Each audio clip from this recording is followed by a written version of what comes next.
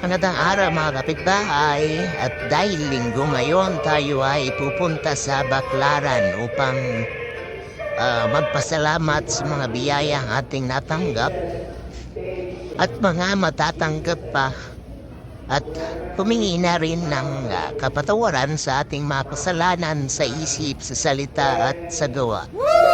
At tara mga kapitbahay, samahan niyo kami dito sa Baclaran. Ayan, at para nga makaiwas tayo sa traffic, nag-skyway na tayo para ang daan natin dito sa may airport, patagos ng Baclaran.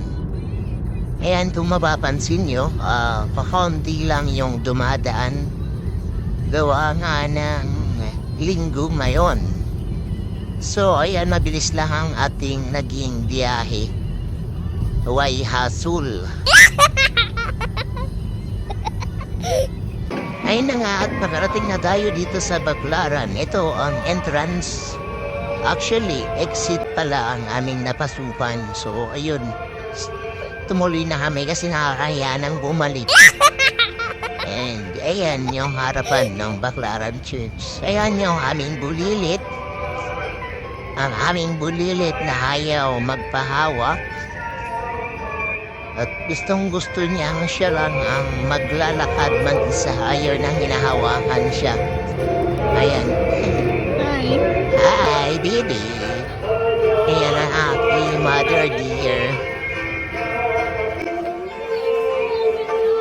Ayan, oh. O, diba? O, diba? Ayan, at ginawa na nga niyang playground yung labas ng simbahan.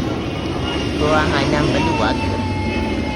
At yun pa nga at may dumaan na aeroplano.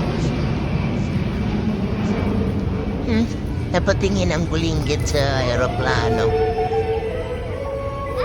Ngayon at naglalaro sila ng kanyang pinsan.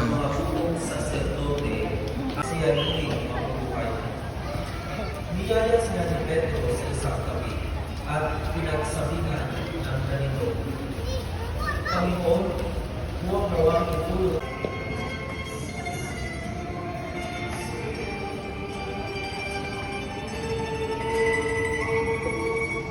Ayun, natapos na yung maso. Niyaya ako si Mother Earth dito sa may bandang dito. So, kung saan pinagtitirikan ng kandila upang may pagtirik na kandila ang aming mga kapamilyang na mayapa na. Tinatanong niya ako dito kung natulog na daw ako. Ang hulog, parang yung ano dun sa kandila. Do, ano lang yan, donation.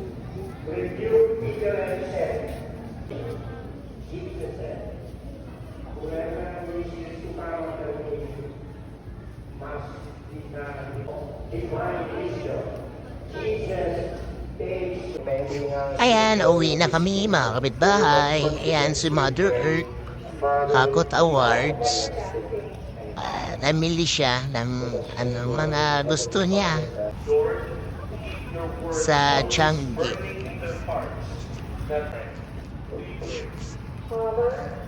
Ayan na mga kapitbahay at uwi na nga kami. Paalam. Salamat po sa panonood.